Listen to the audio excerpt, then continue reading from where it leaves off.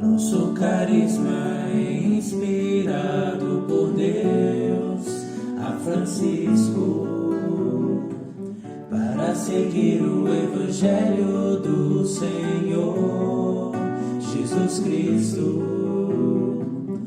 Vamos juntos também beber nas fontes de Assis, gotas de franciscanismo.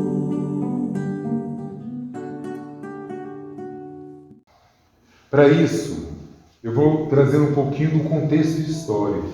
Por que Francisco trabalha essa questão da Eucaristia com os nossos frades e essa espiritualidade chega até nós hoje? Havia duas questões muito sérias que viviam no tempo de Francisco. A questão primeira era a grande decadência do âmbito devocional, devido a alguns erros que a igreja às vezes cometia naquela época, ou devido a alguns movimentos heréticos que começavam a aparecer na época de Francisco. Então começou a mexer com a população. E com isso começou a ter uma grande decadência em relação à Eucaristia. Por isso que o Concílio de Latrão, o quarto Concílio de Latrão, ele foi muito importante para retomar essa devoção à Eucaristia. Segundo, o problema que estava tendo eram várias disputas de várias escolas com várias doutrinas diferentes falando da Eucaristia. Algumas até duvidando da presença real de Cristo na Eucaristia. Tinha também o combate contra os cátaros.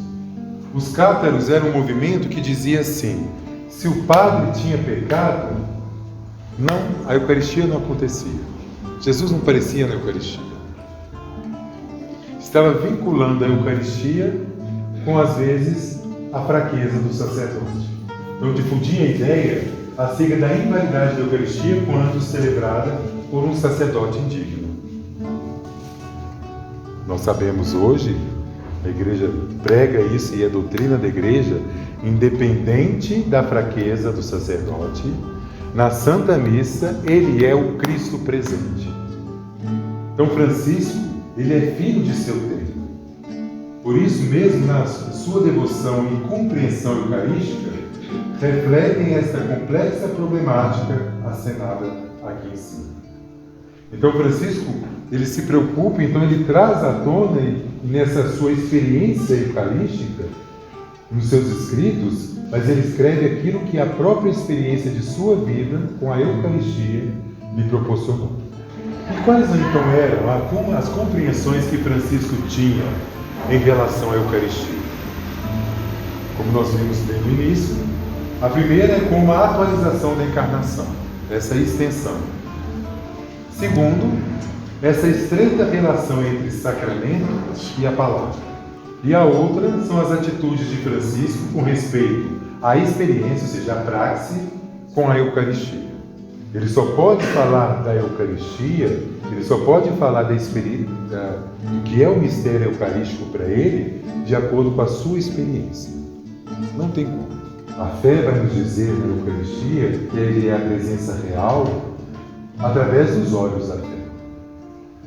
Está na aparência do pão e do vinho. A nossa certeza daquilo que nós acreditamos e vivemos e experimentamos, após as palavras consacratórias, ali é o próprio Cristo real, vivo, presente, ressuscitado. E é preciso, então, contemplar o mistério. Mistério não se explica, mistério se contempla. Por isso que aí vem a luz da fé, a experiência da fé, os ensinamentos da Igreja, a experiência que cada um carrega com a Eucaristia, é que nos faz viver essa verdadeira comunhão com o próprio Senhor Eucarístico. É todo o mistério da nossa salvação. Segundo Francisco, a Eucaristia é o memorial da obediência perfeita de Jesus. É o sacrifício. Ele se fez obediente até a morte e morte de cruz. Então a Eucaristia, para Francisco, ensina também a obediência.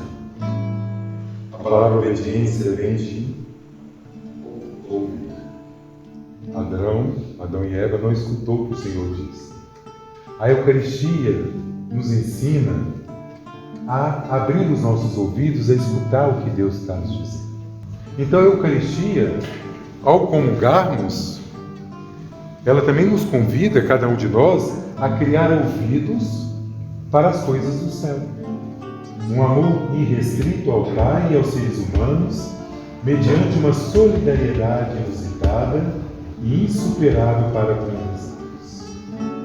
A Eucaristia nos ensina a viver uma solidariedade, a partilha, onde este verdadeiro alimento ele sacia toda a nossa fome. É o verdadeiro alimento que nos faz também, nos ensina a viver o dom da partilha. E a Eucaristia também nos ensina isso. Esse esvaziamento, onde eu me esvazio para que o outro se alimente, para que o outro fortaleça. Por isso que essa gratuidade que a Eucaristia nos oferece deve produzir em nós essa atitude. Comungar se torna um compromisso.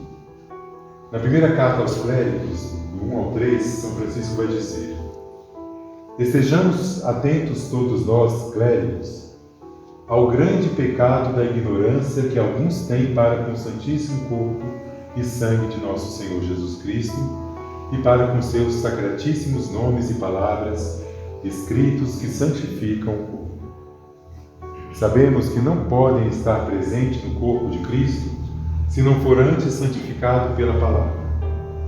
Pois nada temos e vemos corporalmente neste mundo do próprio Altíssimo, a não ser o corpo e sangue, os nomes e palavras pelos quais fomos criados e remidos da morte para a vida. Quando São Francisco nessa carta vai dizer sobre nomes e palavras, essas palavras pronunciadas sobre as oferendas durante a consagração. Outros estudiosos vão afirmar que significam as palavras de Jesus Cristo contidas no Evangelho. Ou seja, a Eucaristia, então, vai nos convidar também a viver essa experiência da palavra,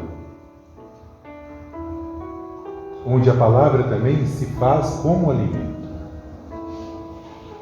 Por isso que na Santa Missa nós temos a mesa da palavra e a mesa da Eucaristia. Francisco tem consciência de que do Altíssimo nada se pode ter na terra a não ser o seu corpo e seu sangue. Ele vai dizer então que nós podemos ver o Senhor na presença real eucarística. E na presença dos sacerdotes é que são esses ministros dessa presença. Por isso o Poverello vai ter sempre esse respeito e esse carinho pelos sacerdotes.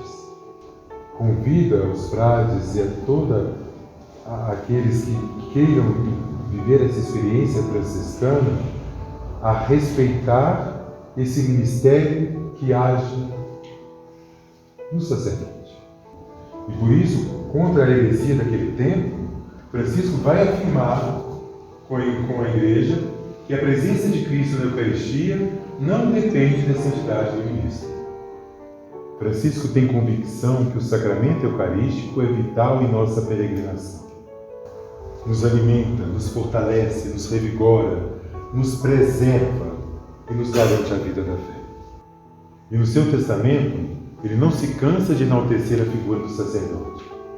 Ele vai dizer no testamento 8 e 9: depois disso, deu-me o Senhor inimidade tal fé dos sacerdotes que vivem segundo as normas da Santa Igreja Romana, que quero temê-los, amá-los e honrá-los como os meus senhores, e não quero considerar neles pecado, porque neles vejo o Filho de Deus e são meus senhores.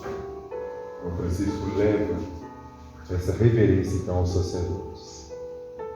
E é muito triste hoje vermos na sociedade, no meio de comunicações, falando mal do Papa, falando mal da nossa igreja, falando mal dos nossos bispos. Cabe a cada um de nós ajudar os nossos ministros a viver bem o seu ministério, ser este apoio, E Francisco então coloca no seu testamento como herança para nós frades este amor e respeito aos sacerdotes. Vocês, como uma paróquia franciscana, têm que ser exemplo para a nossa diocese também nesse sentido. Tem que ser uma paróquia eucarística. Uma paróquia que respira o carisma franciscano, tenha muito a ensinar a vocês mesmos e à própria diocese. E aí é um convite, uma provocação que eu faço aqui também, para que vocês possam também viver essa experiência que Francisco viveu eucarístico, com a Eucaristia, que também cada um de vocês pode viver e experimentar também aqui na paróquia.